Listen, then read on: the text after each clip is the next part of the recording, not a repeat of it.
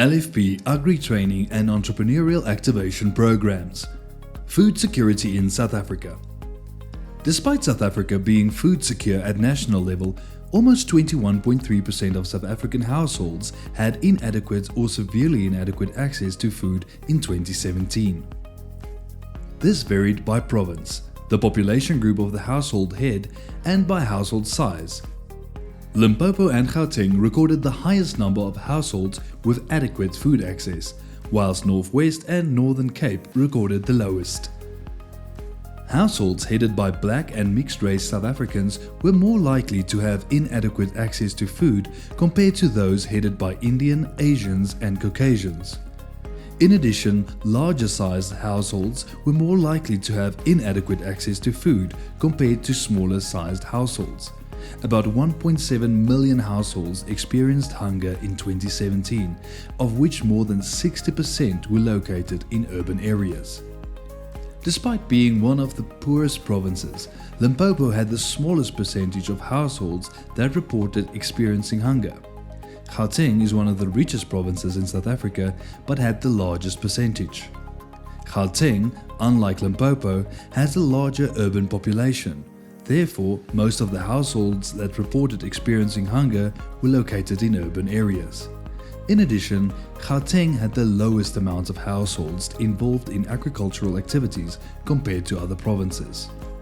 More than 500,000 households with children aged 5 or younger experienced hunger in 2017.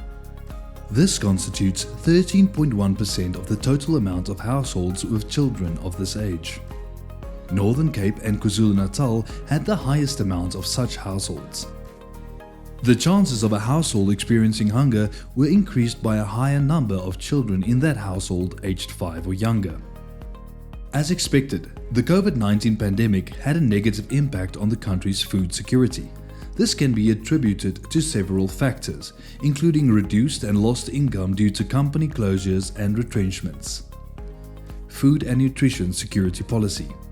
The availability of improved nutritional safety nets, including government-run and supported nutrition and feeding programs, emergency food relief, as well as interventions by the private sector, CBO and NGO. Improved nutrition education, including district-level nutrition services assisting households and communities by monitoring nutritional indices, providing consumer literacy and assisting with better food management and improved meal planning. The alignment of investment in agriculture towards local economic development, particularly in rural areas. This includes the provision or subsidization of inputs and support services for increased food production. Focus will also be put on more effective food storage and distribution networks involving both government and private agencies to eliminate waste and ensure better access to food for all. Improved market participation of the emerging agricultural sector through public-private partnerships. This includes offtake and other agreements, a government food purchase program which supports smallholder farmers, as well as through the implementation of the Agri-BEE Charter, which requires agro-processing industries to broaden their supply base to include the emerging agricultural sector.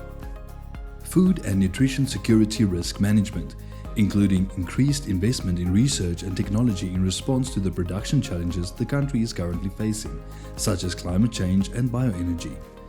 It would also include the protection of prime agricultural land and limitations on its use for other activities such as mining, game farming, and property development.